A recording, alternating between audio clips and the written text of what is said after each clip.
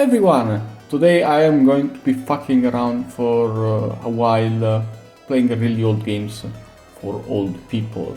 Because I like that kind of stuff. I really like the boomer shit. I downloaded the Activision Anthology for the PS2 emulator here. And I'm gonna have a blast with it. I'm sure there is some emulator for the specifically the Atari 2600 in case I wanted to have a more faithful console perfect experience. But I do like this little package here that the developers of the collection have put out. It really looks like what you would call a gaming station from the time. I don't know if a gaming station would even be considered as such during these very troubled and early days, but that's what it looks like, and I really appreciate the effort, even if it's just for a collection of games that even at the time, 2002 is when the Activision Anthology was released. Even back then, these games were ancient, but that's what makes them so interesting to me, I suppose. So we're gonna be playing a few, and I guess I will give my thoughts on the matter. By the way, you cannot hear it because, of course, copyright, but there is some really fancy 80s music playing in the background of this main menu screen. They didn't have to license 80s music, but they did. And these are some pretty nice tracks, actually. I will probably put the list of songs in the screen right now in case you were interested in checking them out. Anyway, yeah, let's start off with Title Match Pro Wrestling, which, I like wrestling, so of course that's gonna be the more interesting one of the bunch. Oh, what's this now? There is multiple covers. Oh, I didn't know that. Okay, that's cool. Oh wow, you can see the back of the box. Oh my god, okay. I adore when collections do this kind of stuff for the sake of... Okay, you cannot rotate this one, so I assume it's like the manual, which, usually I guess it's gonna look like just the cover, but in black and white. But I do appreciate that they still put it in here. And what's the deal with this? I suppose it's the limited edition cover for the hardcore fans, the more dedicated ones. Calling all wrestling maniacs, tonight's the title match. Oh, I love, like, you know what, I'm gonna go on a rant before we even start playing anything. I really miss, I follow a bunch of Tumblr blogs where, they post old magazine ads, so I suppose it's not like I miss it. I wasn't around when this was the norm. I'm less than 30 years old, even if I've been told I act a lot older than that. But I really like when ads get very wordy and very long and just say a bunch of nonsense that really doesn't make you want to purchase the product, but it's still fun to read anyway, because you don't know what kind of chicanery the advertisers are up to. It's really fun stuff. Anyway, okay, we've looked at this fancy cover for long enough. I say we start playing. Oh wow, they even made sure that you have this little introductory screen. Okay, cool. Oh wait, I'm already playing. What the fuck? What? Wait, what? What? Which one am I? Oh my god. What? No, I'm not. Okay, there you go. I pressed the select. Okay, now I can play. Oh, but what the hell is... Oh, it's just a 2 players game. Ah, damn, wait. How do I change character here? Okay, I see I have 4 characters, which I suppose for the time it was mind-blowing in a way. Very, very ahead of its time, as a lot of wrestling games tended to be back then. But, okay, how do I... My controller is working, yes. What the shit? I'm pressing F. I don't understand what's... Okay, as you can see, there is a CPU. It's not the most advanced because, of course, it's an Atari 2600 game, but it's moving. I'm not moving it. It's just like doing its thing. And I don't know what it's trying to do, but it's... Oh! Hey there, tiger. Let me figure out how to punch. Oh, now wait a sec. Like, okay, I was using the analog earlier and it wouldn't let me do it, but now I can use it. Now I can punch. Now I can. Why couldn't I punch earlier? I swear I was pressing the punch button. And how do I get out of the submission here? Okay, well there is just like one button and the joystick. You know, the thing you use to move. Not exactly something that would allow for elaborate combos and breathtaking finishing moves, but it's there. I suppose you could do something with this. Am I winning? Wait, what? Winner? I won? What? Oh, I like that they updated the copyright disclaimer at the top with the 2002. I'm probably sounding like DSP right now. I'm a brain dead idiot, and I need the game to be as easy as fucking possible for me to play. Okay, but jokes aside, this is like the fact that there is a life bar, the fact that you have selectable characters. Like, this is a fairly elaborate game for the Atari. You even have crowd shots, you have people sitting at ringside. Surprisingly, a lot going on in this game. You know, usually Atari games don't have much in terms of details and such. I just got pinned apparently. I would like to have a readable manual for this, because I know it sounds stupid to demand a manual for a game that has exactly one button to press, but is there something that I'm doing wrong here? Why do I keep getting pinned? Is this just a skill issue, as they say? Probably, but I want to make sure. You know, like I don't understand how to pin people, for example. I would say that's enough of a showcase for the game right now. I'm impressed. I don't know what's going on when it comes to actually playing it, but I'm impressed by how modern it feels, I suppose. Spider Fighter? What the hell is this? Oh my lord. Okay, this is a great cover art. This is amazing. I am a big fan. Very late 70s, early 80s. Super colorful, super simple, but very fun to look at. This is, I suppose, the cartridge. Oh, that's what it was earlier. It wasn't like a big box. It was just a cartridge. I don't know, like how I missed that. But okay, yeah, that makes more sense. And this is, I suppose, the manual, which is it's such a nice looking art also. Oh my lord, you can look at the manual. You can look at the manuals. Oh my god. Oh Jesus. Oh, this is so cool. I'm not gonna like spend all the time looking at the manuals. I'm just gonna show off the gameplay, but like I'm gonna take some time for myself and reading everything, because I am so fascinated by this. Apparently this is just like 4 pages, but still. Oh, this is so good. This is perfect. This is everything I could have wanted. I love when they let you read the manuals and give out bonus stuff like this. Now let's play the game. Okay, this is just like Galaga died. Galaga, I suppose. Was Galaga around at the time of this game's release? I will put a thing in post-production, I suppose. Whoa, what happened? Why did I die? What happened? What? Okay, this time I got hit. Yes. Like, what happened the other time? I didn't look like I got hit, I think. What? Okay, I think I got hit for real this time. Yeah, no, I got to be more careful. Oh, this game is very, very fast-paced, even just from the early goings. Oh, fuck off.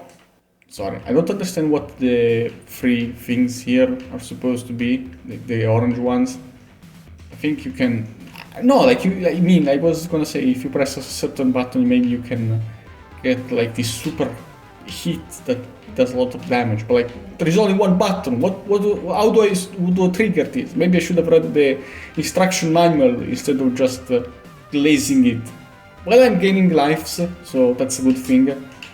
Oh, okay, I got to stop the things from retrieving the balls, I suppose. You know, I saw one trying to grab, that's the objective. I should have read the manual. I should have read the goddamn manual. It's really weird that you have to press select to start a game. But, I mean, it's not a big deal. I would expect Start to be the one that does it, but Start is the one that also lets you get out of the game, which makes more sense, I suppose. Fuck! I'm starting to feel like the angry video game nerd, saying fuck shit every time I die over something. Okay, this game like actually kinda hard, but you know, for a side scroller on the Atari 2600, you could do a lot worse. You know, it runs fine, which is a lot of games at this lowish, sluggish pace to them. This one, no, it's actually fairly manageable.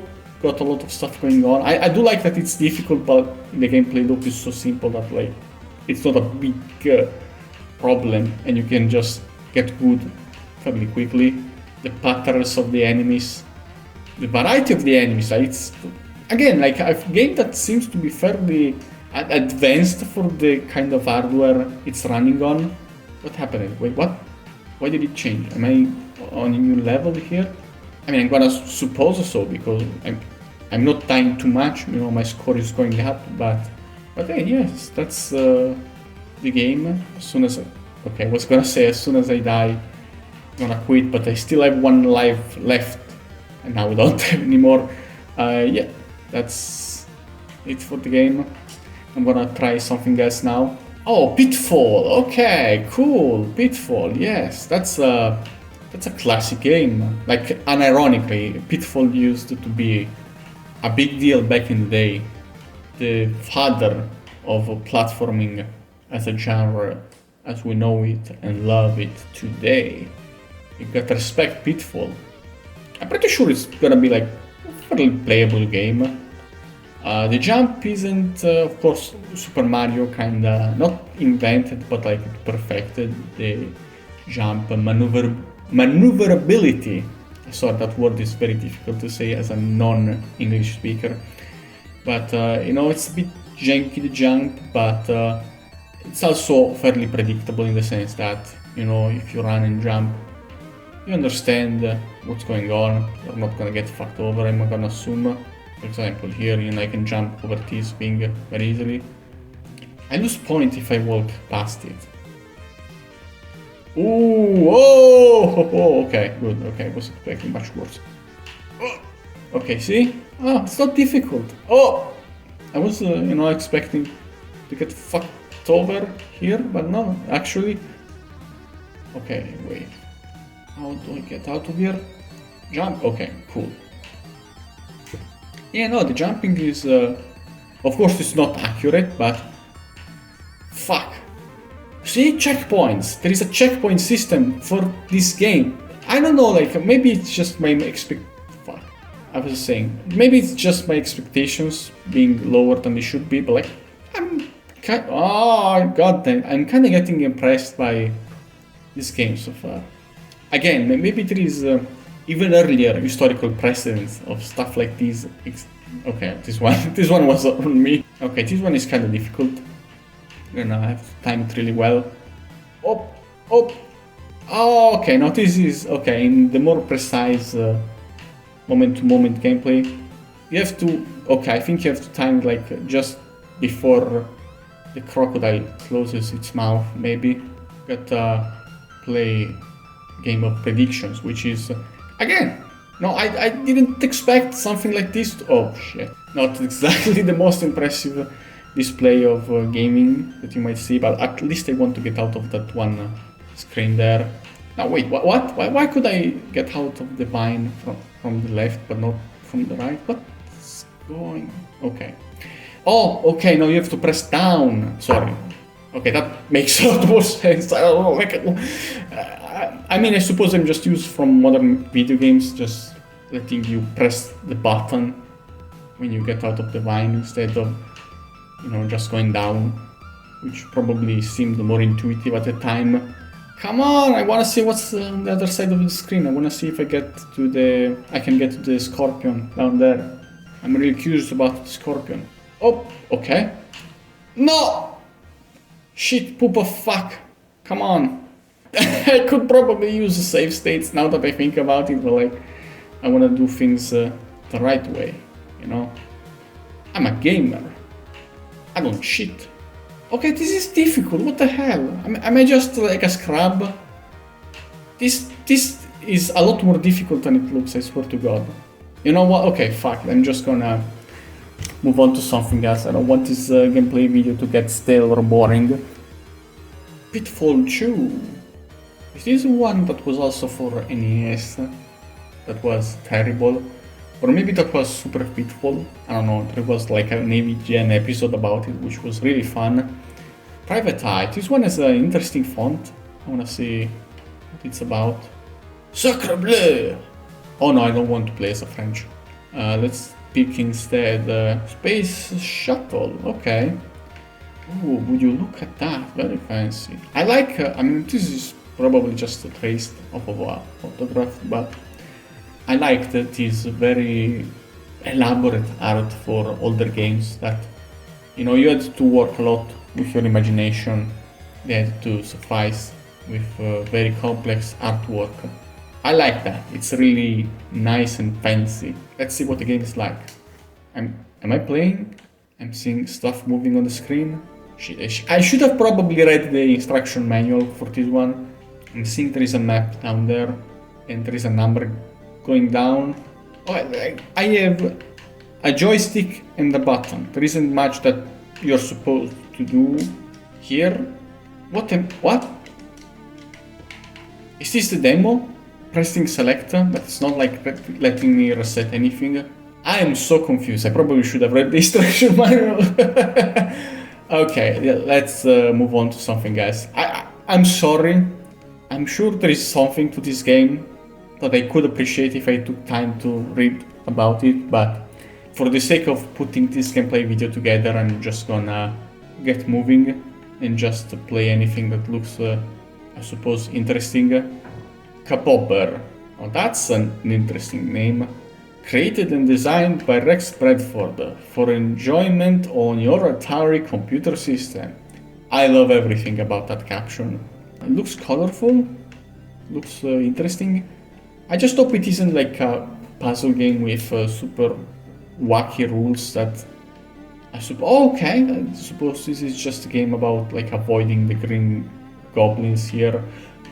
Or maybe oh no, I'm supposed to grab them. Okay, I was wondering, oh, this is really difficult with all these things flying around. But there you go. I guess I'm just gonna grab the goblins and wait, what? What happened? Why did my score get lower? Sorry, why did one of my critters disappear there?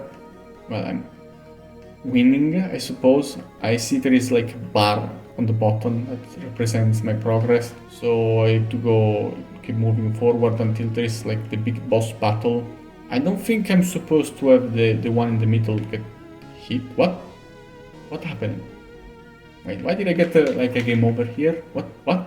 See, I should have read the manual. Okay, this one looks interesting. I like the little animation the critters do every time they move in any direction, where they bob their head and like their little paws. No, okay, wait, what? I'm just gonna run towards the boss, maybe. Why am I getting slower? Now I have a harder time moving. I should have absolutely read the manual, oh my god. I mean, this looks interesting, I suppose it's a new thing. I haven't played anything of the sort. What? Oh, okay, wait, I think I grabbed the red one. That means I won, but okay, am I supposed to grab the faces? I think not, because I just died. What? I think I'm allowed to just like hit a specific amount of critters before my critters also start dying off.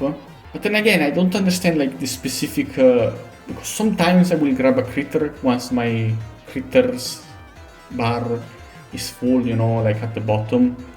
Okay, I'm speechless. You know what? I'm gonna go read the manual for this one, because I think it's an interesting game.